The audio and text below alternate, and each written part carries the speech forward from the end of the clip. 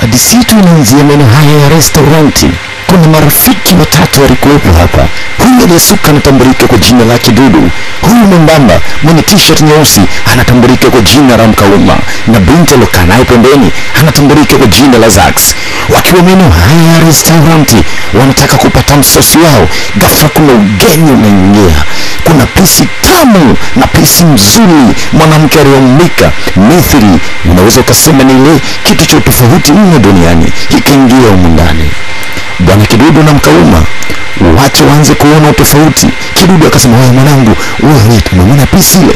Na ndio Mkauma anamwambia, bwana wewe, sio kila mwanamke unamfuata mwanangu, utakuja kutongoza majini. Kidudu anasema, wewe lile jini liwe shetani, mimi nalifuata. Zax amemwambia, sikilizeni, msilete umaraya wenu hapa. Tumekuja kupata chakula, tuleni, tuondoke. Kidudu anasema, hapana. Wewe unaenda wapi wewe? Kidudu anasema, nakuja. Ngoja nikaongea na urubinti ili nimfahamu anaitwa nani. Kamwacha Mkauma pamoja na Zax wakiwa wamekaa zao kwenye meza yao hapa. Kidudu hatimaye huyo ananyanyuka. Kafika, habari binti, naweza nikakaa? Binti akamwambia, ndio naweza ukakaa. Zax anamwambia Mkauma, ndugu yako amezidi. Anamwambia, hiyo mlembo, mimi naitwa Kidudu. Binti akamwambia, mimi naitwa Zaya. Sasa nimefurahi sana kukutana na binti mzuri kama wewe. Alafu isitoshe, mimi niko na kampani yangu bado, nipo na marafiki zangu. Je, na mtu hapa? Binti akasema, mimi niko mwenyewe hapa. Sasa tuko tunabaka na mtizamo tu Kidudu. Basi kama upo mwenyewe, kwa nini tusiende kutengeneza kampani sote pale? Mkauma anaambia, na Zax anasikitika, na huyu ataweza kumchukua mtoto mzuri kama yule? Kidudu hatimaye kaumbiwa maneno bwana, kaweza kumshawishi binti. Hatimaye binti pia akakubali kutoka kwenye meza yake kwenda kujiunga kwenye meza ambayo yuko Zax pamoja na Mkauma. Hatimaye Kidudu aliweza kufiti kwa kwenda kumshawishi huyu binti, maana moyo wake tayari ulishasema kwamba huyu binti ni mzuri, tena ni mzuri kupitiliza. Hatimaye kaja kumtambulisha, ile huyu ni rafiki yangu anaitwa Mkauma, na huyu ni shoga yetu anaitwa Zax. Mimi naitwa Zaya. Mambo. Karibu binti, unaweza ukakaa. Hatimaye urafiki ukaenda na ile oda ya binti aliyoioda, nayo ikafika hapa mezani. Wakapiga story nyingi mno, wakabadilishana sana mawazo, wakajuana vya kujuana. Yote ni kwa ajili ya Kidudu kutaka kukaa karibu na binti Zaya. Zaya anaonekanika ni binti classic hivi. Walipiga story, wakatambuana. Binti ametokea wapi? Binti akasema yeye amezaliwa katika mji wa Lagos, lakini amekulia Marekani, na hivi na wiki mbili tu toka amerudi kutoka Marekani. Ilikuwa ni furaha tosha, ilikuwa ni raha kupitiliza. Hatimaye wanne hawa wametengeneza urafiki, na hatimaye sasa ni muda kuondoka umefika. Cheki Zax huyo. Zax ni mtu na robo bwana. Hatimaye kama bwana, tunafurahi sana kuonana na wewe binti Zaya. Hakika tunaomba basi mawasiliano yako. Binti akasema sawa, basi ngoja niombe mawasiliano. Kidudu anauliza, nani pa mimi nampa huyu? Ikabidi ampe. Katoa kadi mbili. Kidudu ndiye akaichukua. Mkauma ndiye akaichukua namba ya simu ya binti Zaya. Hatimaye anasema, asante sana, lakini tumeweza kugundua kwamba mwenye nia ya binti Zaya hapa ni Kidudu. Baada ya muda kupita, bwana Mkauma akiwa zake nyumbani ameweza kuikamata simu na anampigia binti fulani hivi. Baada ya kumpigia simu, kajitambulisha yeye ni nani. Kajitambulisha yeye ni Mkauma. Mkauma hana mazungumzo na binti kidogo, akaanza kumsifia. Hakika ni miongoni mwa wanawake wazuri niliwahi kukutana nao maishani mwangu. Ni miongoni mwa wachumba wazuri ambao natamani kuishi na wewe. Jana hatimaye nimeona kama ni kwa faraja tu upande wangu kukutana na mtoto mzuri kama wewe. Jani kama hutojali, mama tutengeneze mahusiano basi. Binti akamwambia, mbona ghafla? Anaongeza simu, akaendelea. Hatimaye utofauti kidogo ukapatikana baina ya Mkauma na binti Zaya. Wahanda wanasemaga maji mara moja. Sasa sijui ni kweli, lakini mwanaume alimwaga kila aina ya sifa, alimwaga kila aina ya maneno matamu, alitoa kila aina ya neno zuri. Tunatoka upande wa Mkauma, tunakuja upande wa pili wa Kidudu. Kidudu akiwa zake magetoni hapa, anakuja kucheki juu ya meza kuna namba ya simu aliiona. Alivyorudi nyumbani aliiacha tu kwenye meza yake. Alishtuka, nawezaje kumsahau mtoto mzuri kama huyu nimekumpigia? Upande wa pili huku kuna binti fulani tunamwona akiwa anatazama YouTube, yuko zake YouTube anatazama channel ya DJ ya Mkane TV, ili mradi uweze kupata vitu mjarabu. Anaenjoy kutazama recap anazozifanya DJ Mkane. Hatimaye kuna simu naita. Binti anasema, Zaya, simu yako naita hapo. Zaya simu yake naita majira haya ya usiku. Binti nyumbani anaishi na mdogo wake anayetambulika kwa jina la Georgina. Alipiga simu ilikuwa ni Mama Kidudu. Hello sweetheart. Oh, nani? Ni mimi bwana Kidudu. Binti akasema, Kidudu? Kidudu gani? Anasema, mimi tulikutana restauranti. Sasa binti hapa alishachanganikiwa, maana kuna mmoja alimpigia majira yaliyopita wakazungumza sana, pia alijitambulisha yeye ni Kidudu, na sasa anapiga huyo mtu tena anajitambulisha yeye ni Kidudu. Ina maana hapa sasa marafiki wanaanza kupishana kisa utamu. Huu ndio uadui baina ya marafiki, huu ni mwanamke. Sasa tuanze kuona nini kitachojiri baina ya Kidudu pamoja na Mkauma. Bwana Kidudu alizungumza maneno mengi, pia akamwomba appointment binti. Sasa huku Georgina alikuwa anamtazama Zaya. Mambo wewe nini? Aweza sije kukono ngelo mamtiki kama hiyo. Anasema, ndio hivyo shoga yangu. Kuna boya anajiingiza kwenye timing. Afsi najua mimi mwenyewe nilikuwa mzuri, peace, mtoto wa mjini. Unahisi nashindikana vipi kwa mfano? Siku ile kumekucha asubuhi na mapema, bwana Mkauma na bwana Kidudu wanakutana ofisini kwao. Ni mapartner katika kampuni walioianzisha ya Bumper to Bumper Family. Ni kampuni ambayo inasambaza movie za DJ Mkane ndani ya Tanzania mzima. Majira kapita, watu wametoka zao kazini, hatimaye pia midai binti ametulia zake nyumbani, anachezea simu, ghafla simu inaita. Naambia, hello.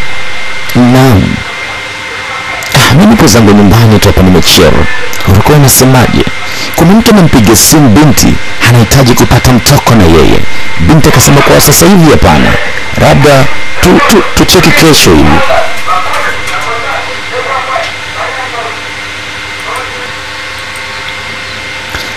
Hatimaye binti baada ya kugoma mtoko, huyu mtu alimpigia simu akaanza kumsifia bwana. Hakika nisikilize binti, unafanana na watoto wazuri walikuwa mithili ya peponi hivi. Yaani miongoni mwa wanawake bora niliwahi kushuhudia kwangu, wewe ukiwemo. Sifa hizi zote binti Zaya anaambiwa. Hatimaye alifarijika, mwisho siku anasema, asante, tena asante sana. Natumai huenda mimi ni mwanamke mzuri, lakini sikukifahamu hapo mwanzo. Tunatoka kule tumekuja upande wa pili, upande wa Mkauma. Mkauma akiwa zake nyumbani na Zax. Zax anaambia, leo umependeza mno. Yaani umependeza, yaani utazani kama vile unaenda kwenye harusi. Anasema, yes, msijua mwili wangu. Mimi handsome boy bwana.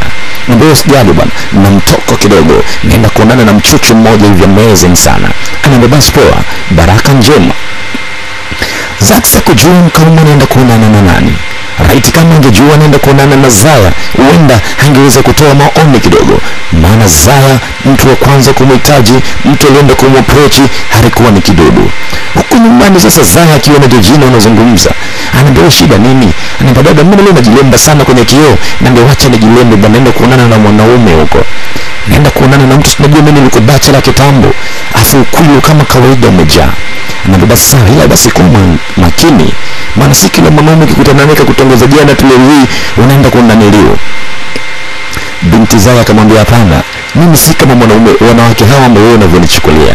Yaani mtu nitongoze leo tu, jioni nikamvulie chupi. Hilo jambo haliwezekaniki. Binti ametoka, hatimaye nje kuna usafiri unamsubiri. Sasa huyu alijua ni nani? Ni Kidudu ama ni nani? Tunamwona kwenye gari anashuka mameni Mkauma. Ina maana Mkauma baada ya kuzungumza na binti kwa muda mrefu, ama ndio yule alikuwa anazungumza naye jana kwa usiku kwenye simu, akamwomba appointment.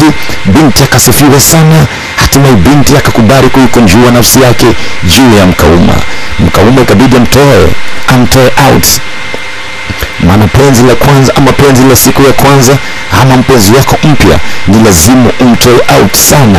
Tofauti na unavyomfanyia mke wako wa ndoa. Yaani mke kwako hata zile picnic zinakuwa ngumu. Mkaume ikabidi amchukue binti Zaya waweze kutoka naye. Wameenda, wamezunguka, wameenjoy, wamefarijika, wamefurahi. Hatimaye binti anamwambia, nafurahi kwa surprise yako, nafurahi kwa mtoko wako. Mwanaume akasema, hapana, hili mimi ni jukumu langu, kwa maana ni mwanamke ninayekupenda, natamani uje kuwa mke wangu. Binti akasema, kwa mke wako mbona haraka sana? Vipi, kwa unahitaji? Anasema, hapana, kuna mwanaume alishawahi kunitenda huko nyuma, kwa hiyo nahofia sana mapenzi. Hatimaye bwana walipiga story mchana mpaka jioni ndani ya gari. Yaani hakuna mtu aliyemchoka mwenzake. Binti akasema, bwana ishakuwa usiku bwana, naomba niingize ndani. Anasema, basi sawa. Anasema, inatosha kama tushapiga story, mimi nimefarijika, nashukuru. Ni miongoni mwa wanawake na wao nilikuwa natamani sana kukaa na wewe. Binti naye akatoa sifa kibao kwa Mkauma. Anasema, yule mwanaume handsome, mwanaume karimu mno, mwanaume ambaye anajali. Binti sasa ni muda kushuka kwenye gari kuingia ndani ya nyumba yao.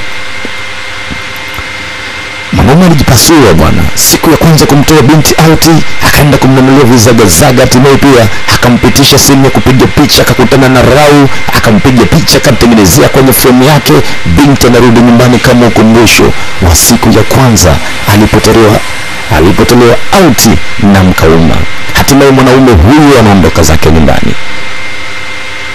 Zaya marudi zake nyumbani, amekutana na Georgina mdogo wake. Ameonyesha picha hili ambayo ametunzwa na huyu mwanaume. Ni miongoni mwa surprise kubwa mno ambayo hatuweza kuisahau maishani mwake.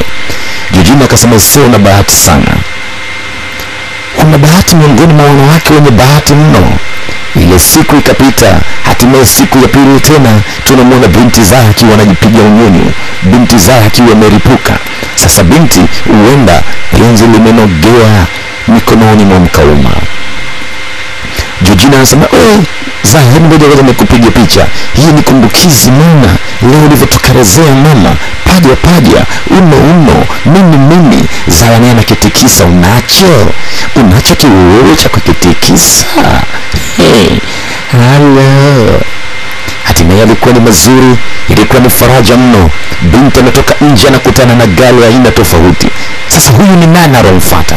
Bwana leo ni zamu ya Kidudu amemfuata binti Zaya. Ina maana sasa binti atawachanganya marafiki. Hapa mwenye makusudi ni Mkauma, maana alijua binti ametongozwa na Kidudu, lakini yeye akajifanya ni jemedari, akajifanya ni shababu, ikabidi amfuate binti. Bwana huko nyumbani leo mwanaume sasa huyu ndo kapenda kweli kwa Zaya. Kapiga sana simu haipokelewi. Piga sana simu haipokelewi. Piga sana simu. Majira ya jioni baada ya Kidudu kutoka muda mrefu na binti Zaya, hatimaye anamrudisha nyumbani. Anamrudisha nyumbani kama ilivyokuwa sisi watoto wa kiume tunakuaga mazuzu kwa watoto wa kike. Kila mtu alimnunulia zawadi kimpango wake. Lakini kwa mbele ya hii nyumba tunaona kuna gari la Mkauma limepaki hapa. Huenda baada ya kupiga sana simu alikosa majibu, ikabidi haje nyumbani. Wakati Kidudu anamshusha binti Zaya, na yeye pia Mkauma ikabidi ashuke. Sasa Kidudu anasema, mwanangu umejuaje kama nimekuja kwa huyo Ben? Mkauma akafika, haina salamu wala nini. Anaambia, Zaya, mbona nimekupigia simu zangu takriban mara 25? Binti anasema, nilikuwa busy. Anasema, hujui kama unanihukumu moyo wangu? Anasema, mimi nilikuwa na Kidudu, tumetoka picnic, kwani hasa kinachokuuma nini? Anaambia, Zaya, kumbuka mimi na wewe tulikubaliana kwamba tutakuwa wapenzi. Sasa mbona unanisaliti? Mwanaume anasema, sijakuelewa. Mmekubaliana wewe na Mkauma mnakuwa wapenzi kivipi? Binti akasema, bwana rafiki yako jana alinifuata, alinitoa picnic, akanitongoza, lakini kama ndio mimi simpendi na kupenda wewe. Huyu rafiki yako ni malaya huyu. Rafiki? Mbona jambo lingia akilini kabisa. Sasa ni kwa nini usiniambie kama rafiki yangu amekutongoza? Na kwa nini unataka kutuchanganya mimi na rafiki yangu? Kidudu anatumia busara. Sikilizeni nyinyi wawili, mimi simtaki yeyote, msinichanganye. Sasa ugomvi ukabakia baina marafiki. Unaacha kuingilia mapenzi yangu babu. Yule demu mimi namtaka, achana na mimi. Mwanaume, sikiliza mwanangu. Kama siku ya kwanza tu mimi nilimfuata restaurant nikaenda kumtongoza, sio kwa sababu alikupa namba wewe basi ukajiona wewe ni shababi.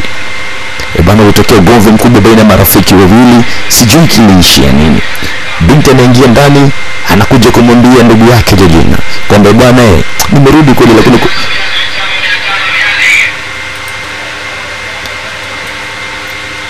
Binti Zaya kabidi mwadisia Georgina kile kilichotokea.